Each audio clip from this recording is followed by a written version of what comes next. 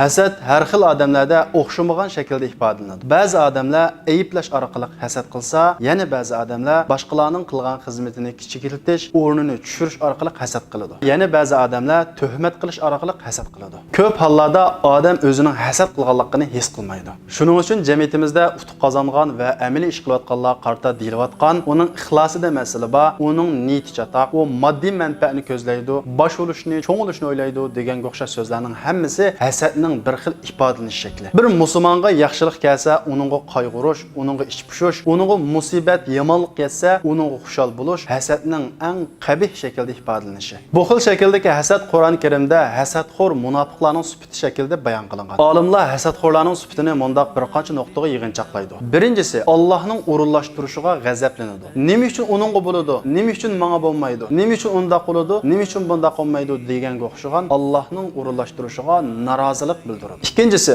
doim shikoyat qilib yashaydi, o'zi bir ish qilmaydi. Uchinchisi, umidsiz keladi. To'rtinchisi, minnatdorlik tuyg'usi bo'lmaydi. Boshqalarga rahmat aytishni bilmaydi, shukr qilishni bilmaydi. Beshinchisi, boshqalarning xatoligini izlab, uni yo'g'initib ayiblaydi. Ko'p hollarda bizning ayiblashimiz, tanqidimiz va yomon ko'rishimizning keyniga hasad yushirgan bo'ladi. Undaqda hasaddan qanday saqlanamiz? Birinchidan, Allohni ko'p aslab, Allohga yaqinlashish. Chunki hasad qilish Allohning boshqalarga bergan ortiqchilik va mukofotiga qarshi chiqish demakdir. Ikkinchisi, ulug'vor buyuk manfaatli ishlarga tutish qilib, arzimas ishlardan yiroq turish. Chunki bekor odam hasadxo'r keladi. Hasadxo'r odamning ko'pinchisi bekor qiladigan ish yo'q odamlar. Shuning uchun amaliy ish qilayotganlarning ichidan hasad qiladiganlarni topolmaymiz. Uchinchisi, o'limni ko'p aslash. Chunki o'lim boyning boyligini oyoqlashtiradi, kambag'alning kambag'alligini oyoqlashtiradi, kuchlikning kuchini oyoqlashtiradi, ojizning ojizligini oyoqlashtiradi. Esimizda bo'lsin, hasad hadisda bayon qilingandek, yaxshiligimizni ko'ydirib qolmasdan, bizdagi insofni, adolatni, haqiqatni ko'ydiradi.